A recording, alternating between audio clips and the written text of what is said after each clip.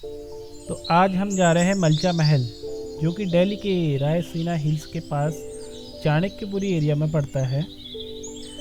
ये रास्ता काफ़ी साइलेंट है, जो कि मेन रोड से महल की तरफ जाता है, और इधर उधर पशु पक्षियों की आवाज़ आ रही है। और इस एरिया में कोई शायद आता जाता नहीं होगा, इसलिए काफ़ी ये एरिया साइलेंट, पूरा सुनसान, चारों तरफ पेड़ ही पेड़, सिर्फ जंगल का ही एरिया है पूरा ये। उसके बीच से ये रास्ता गया हुआ है महल की तरफ। तो चलिए चलते हैं महल की तरफ।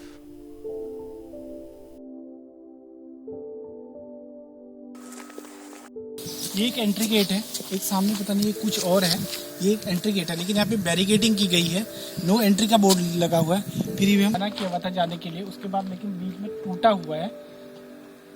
इधर से जाने का रास्ता है।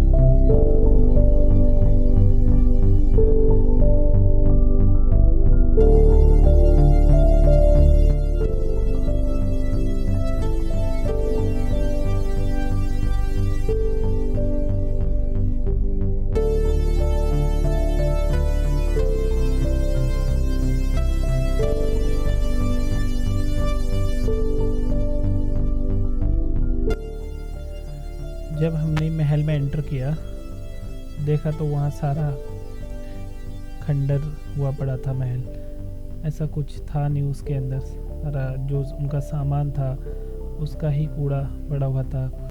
साइड में टूटे टेबल, बेड, ये सब चीज़ें ही, कपड़े, उन सब के ये सब यही चीज़ें पड़ी हुई थी। ऐसा कुछ लग नहीं रहा था कि वो किसी प्रिंस का महल होगा, क्योंकि खंडर हो चुका था। यह महल दिल्ली के सुल्तान फिरोजा शाह तुगलक ने शिकारगाह के रूप में बनवाया था, जो कि उस टाइम पर यहाँ शिकार करने आया करते थे।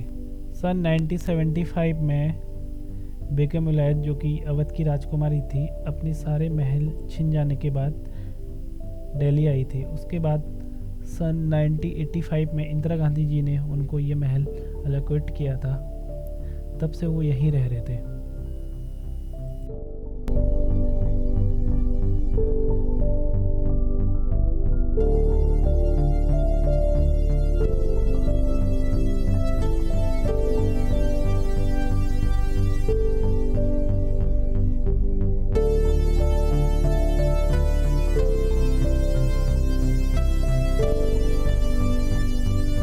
यहाँ लास्ट जो अभी डेथ हुई है वो अली रजा, जो 2017 में यहाँ पे लास्ट डेथ हुई है। उससे पहले उनकी एक सिस्टर थी सकीना, जिनका बताया जाता है कि कुछ साल पहले ही उनकी डेथ हुई है। पर उससे पहले जो है मेन ये अवध के थे, तो इनकी मदर जो थी वो इनको 2 बच्चों के साथ अपनी बेगम विलायत यहाँ दिल्ली आई थी। उस टाइम वो जब दिल्ली आई तो 14 कुत्ते और 7 नौकर कुछ और 2 बच्चों के साथ इधर आई हुई थी। तो उनको अपने रजवाड़ी टाइप का कुछ उनको शौक था कि हम महल में उधर से रहते हैं, तो महल में ही उनको रहना था। उस टाइम वो न्यू दिल्ली के रेलवे स्टेशन में BBIP जो वेटिंग लॉन्ग है उसमें उन्होंने 10 साल निकाला। उसके बाद इंदिरा गांधी ने उन्होंने यहाँ जो ये मलचा महल पड़ता है, मलचा मार्ग में दिल्ली के बेसिकली जहाँ पे पड़ता है, उसके बाद वो यहाँ आके शिफ्ट हो गए।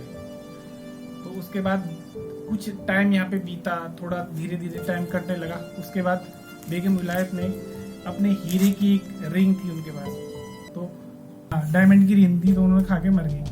तो उनके बताया जाता है कि उनके बच्चे जो उनके साथ रहते थे वो 10 दिन तक पूरा उस लाश से लिपट के रहे। उसके बाद जब उनसे स्मेल ज़्यादा आने लगी तो उनको कहीं दफनाया गया। तो यहाँ के लोगों ने उनको कहीं कहीं बताते कि नीचे उनकी कब्र को खोद दिया था डायमंड की वजह से। देन उसके बाद उन्होंने, उनके बच्चों ने उसको निकाला और जला दिया, बॉडी जला दिया, बॉडी पूरी जला दिया। धीरे धीरे टाइम बीता तो उनकी जो बेटी थी, बेटी सकीना बेगम, तो वो भी फिर उनके बाद उनकी डेथ हो गई। फिर बच गए अली रजा। अली रजा अभी रिसेंटली 2017 में यहाँ डेथ कर गए। तो किसी को नहीं पता चला कि कैसी गुमनाम जिंदगी में यहाँ कैसे कोई रह।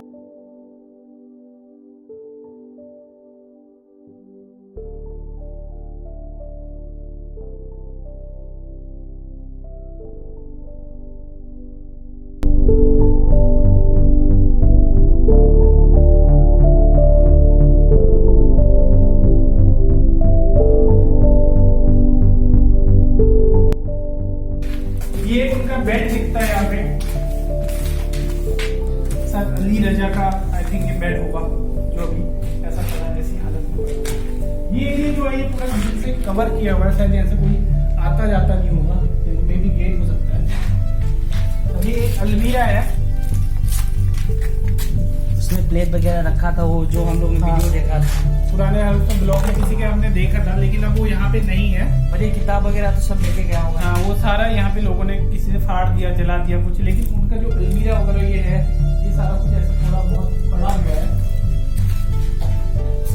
यहाँ पे ये ना जो हाँ। देखा था एक, यहाँ पे उनकी किचन थी पहले, जब हमने पुराने ब्लॉग में कहीं पे देखा होता, तो ये एरिया जो होता है किचन वाला एरिया था।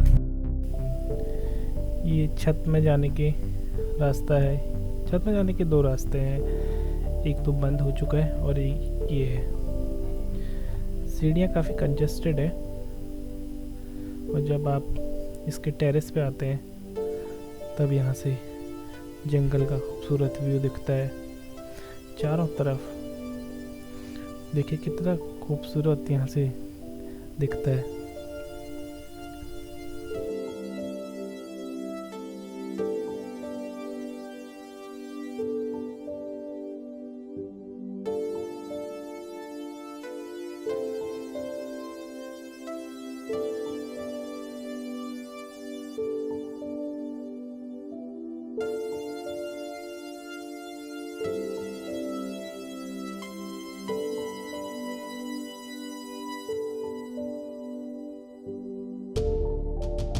दिल्ली का सबसे सुंदर, कितना टेरिस पे आके, अभी भी हम टेरिस में खड़े हुए हैं मलचा महल के।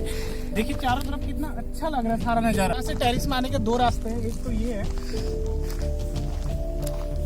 ये वाला, पहला ये है जो इधर से आ रहा है, दूसरा ये है जो कि बंद हो चुका है, तो अभी घास इसमें जम चुकी है। ये था जहाँ से आप आ जा नहीं सकते, ये बंद हो चुका है।